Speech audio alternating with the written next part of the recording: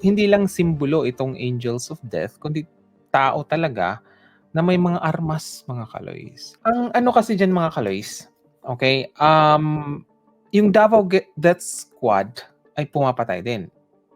Itong Angels of Death ay pumapatay din. So pareho lang sila. Okay? Ngayon, ang katanungan, magkaiba ba sila or magkapareho lang na grupo? Magkaiba lang yung pangalan.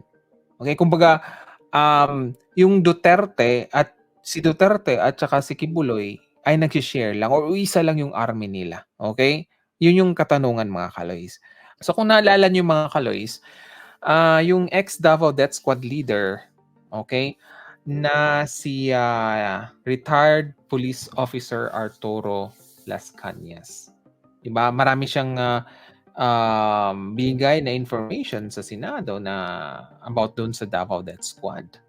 Right? So, ganito kasi mga kaloys. Kung naalala nyo nung sinabi ni Kibuloy na kung anong mayroon ako, mayroon din si Duterte. Right?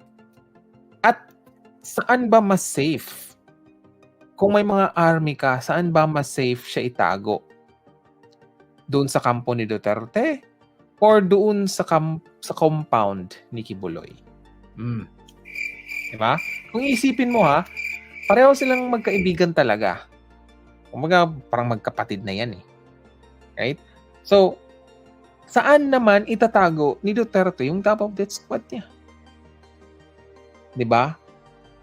Pero yung Angels of Death, may compound, 30 hectares, right? Hindi kaya dahil magkaibigan sila, iisa lang yung army nila.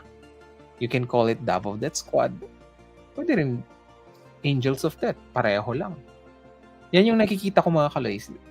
Pareho lang sila.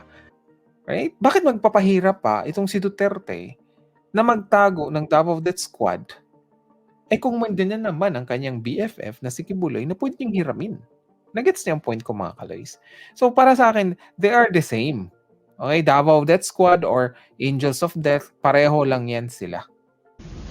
Thank you for watching our videos. Please don't forget to click the subscribe button and the bell notification icon so you will be notified of our latest videos. And please do like and share all our videos. Maraming salamat po. And for more information, you can visit our website at bagonglipunan.com. You can also follow us on Twitter and TikTok at bagonglipunan72. And just a note, our Facebook page has been censored by the yellow fact checkers. That's why you can't see most of our posts on your news feeds. Let's make Philippines great again. Marcos pa rin.